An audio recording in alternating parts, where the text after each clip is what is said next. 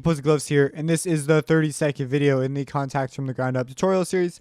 And today we're going to be talking about the compressor. So it's going to be we're going to talk a little bit about mixing, I suppose. Not necessarily, we're just going to talk about what compressors do. So first off, I have the string section opened up. If you go to the orchestral folder of whatever you're using in your libraries, Kontakt, orchestral, go to strings and string ensemble. And to demonstrate the principle, because this is something that kind of needs to be heard, I have written out a chord progression and I have some volume changes going on. So as you can see, it gets quite loud and then it goes back to soft. That's mostly just to avoid the clip. And I have bypassed the compressor, Star Wars reference. So let's give it a listen, because there's going to be a lot of listen and then hear the effect. I think that's the best way to kind of talk about compression. So here we go.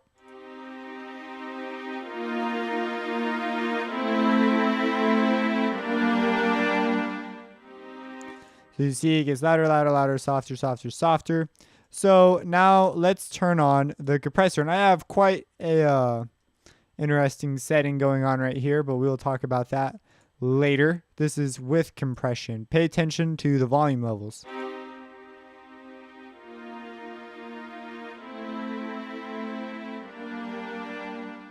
It does not get all that loud.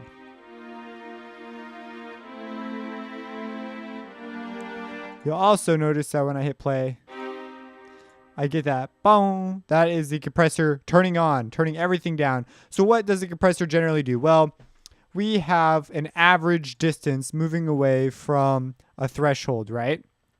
So whenever, or I guess that's not really the way to say it. Whenever a signal passes a certain point, a compressor will turn it back down underneath that point, but in a ratio fashion. So it doesn't necessarily mean that it can't pass the threshold. It just means that when it does pass the threshold, it will turn down the volume by so much. And the farther you pass the threshold, the more it turns it down, but it's still louder, if that makes sense.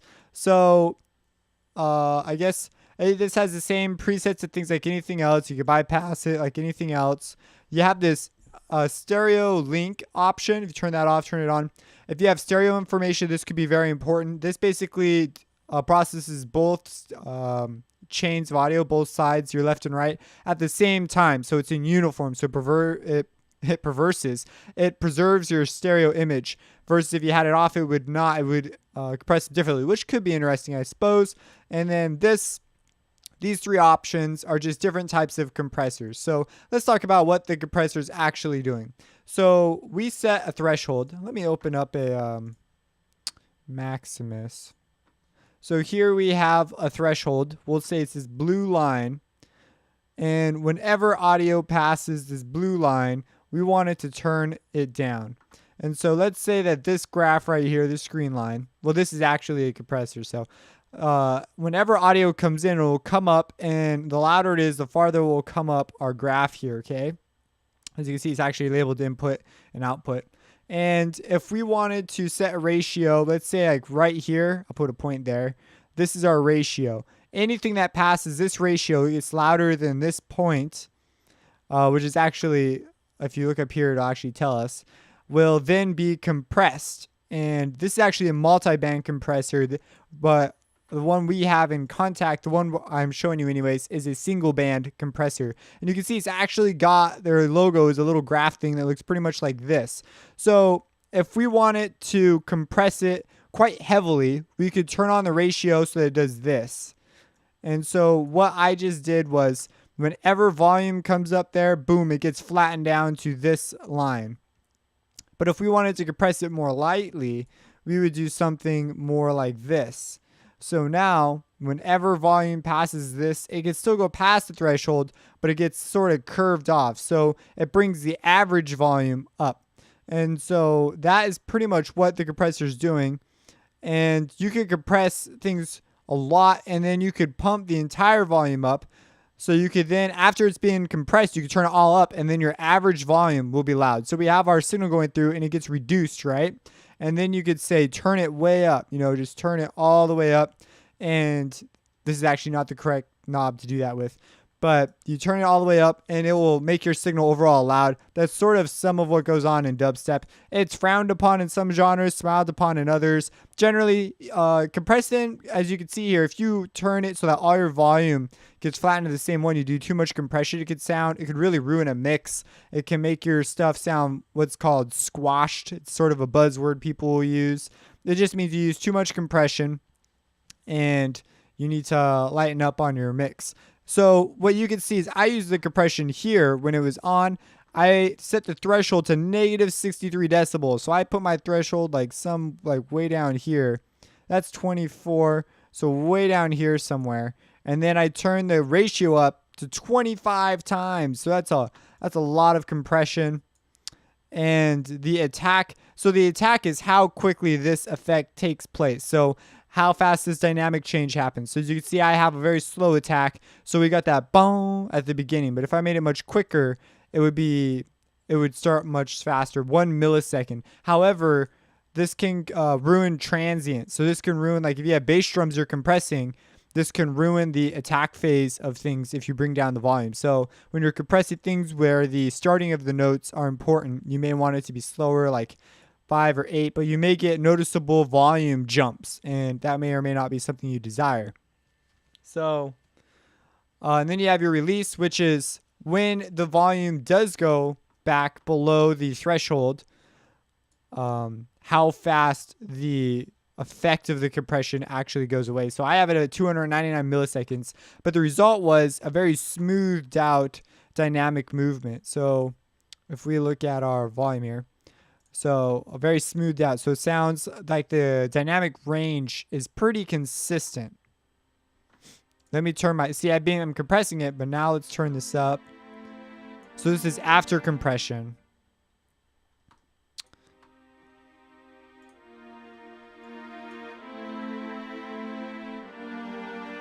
Versus the original.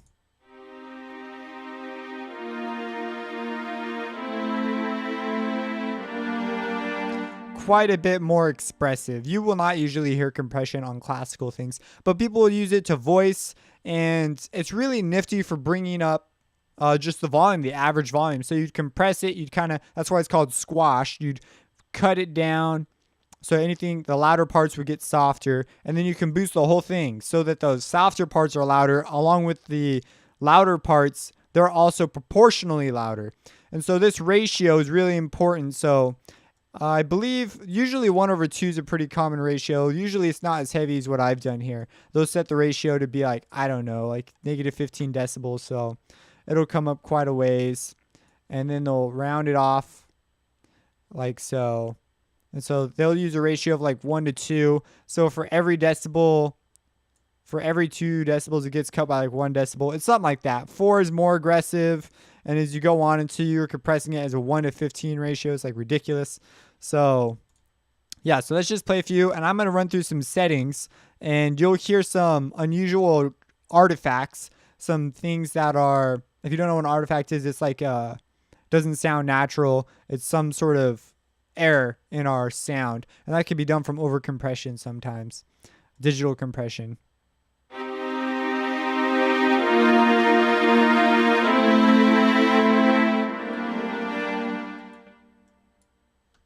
Let me set it up on a loop.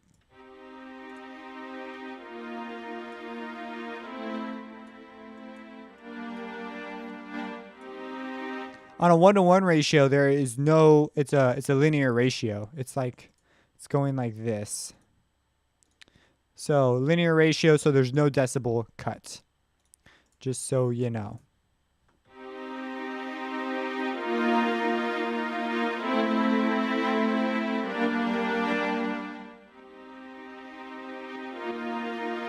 You hear that wash, wash, wash. That's the ratio being covering and then going back beneath. So it's like compress, don't compress, compress, don't compress. And as a result, we get that really funky thing going on right there. So we might want to turn our attack up for a sound like this. It's very long.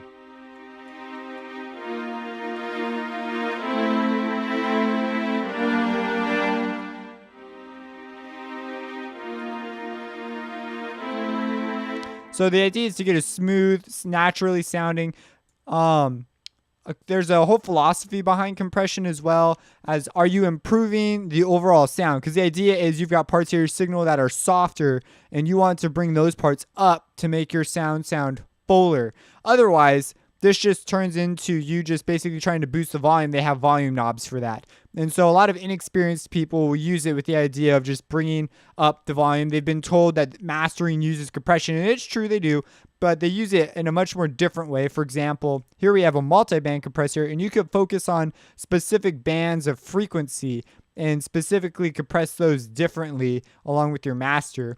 So when you're when you're compressing a element, you're looking to increase the quality of your sound via bringing quieter elements up and taming the higher elements. So if elements are like constantly peaking at a volume, like if you don't know what peaking is, it's when you go up into the red zone here. You go past 0 decibels, digitally speaking. Go watch my DSP series if you don't know what that is. And that's not desirable. So you want more volume though, so you'll bring the peaks down just a little bit and you'll bring the quieter parts up and you get a fuller sound. And so you might want to, at the end of this is a quick tip, you want to turn your output to sound like your input, so your similar volumes, and then see if there's a quality difference by bypassing and unbypassing and determining if that really did anything to your sound, because compression isn't always supposed to be an audible effect. I once heard a mastering engineer say that compression is more about feel than it is about volume, and it is so true. So just so you know, now that's one philosophy out there. You might be the kind of guy that likes to just crush the crap out of your sound and turn it up, and that's your style, and you know how to make it work and sound good. So, and the other test is show it to someone, like someone who's really good at audio, and then tell them that you didn't use compression or whatever, well, don't lie, but don't tell them. And then if they don't pick it out, if it's not something that bothers them, maybe bring it up in a way that doesn't point it out, just to see what they say. Like, what do you think of the mixing or whatever? And if they don't say anything, then there you have it. It doesn't freaking matter at that point because they can't tell anyways. So you don't want to be caught in these stereotypical traps of like, oh, what I use this technique. What do you think of that? Well, then their ideas of that technique are going to get mixed in. So that's a bit of my opinion as well on the subject. So sometimes I use really radical moves, and sometimes when I'm mastering songs for artists, I'll send them a super heavily compressed version, like crazy amount, like absurd. Like you can totally hear it. And then I'll do it in different elements, and then I'll do it to the whole song, and then I'll send them the one that is typically mastered, with compression, like I just said, the way it sounds. And 9 times out of 10, they'll pick the one that was obviously mixed and mastered. But every now and then I'll get a song that just sounds better with outrageous methods, and they don't know, because they don't know the techniques. Usually the artist I'm working with just isn't that experienced, and as a result or experienced in the compressing and the mixing world. So anyways, you can add this to your sound. It's an effect, really awesome effect. It's a lot more of ideas. I've told you technically what it does, but we could talk forever about how it should be used. And as you can see, there are much more advanced compressors out there, but this is a good introduction, and I hope you use it to your sounds to make them sound better. Hopefully resolve things that have really atrocious peaks in audio that you do not desire. And hopefully now you can use it and not ruin your drums, because now you're like, oh yeah, the attack setting, that could be important, and things like that. If you have any questions about this, drop them in the comments. Like, comment, and subscribe, because you know that these videos are worth subscribing for. And have a blessed day.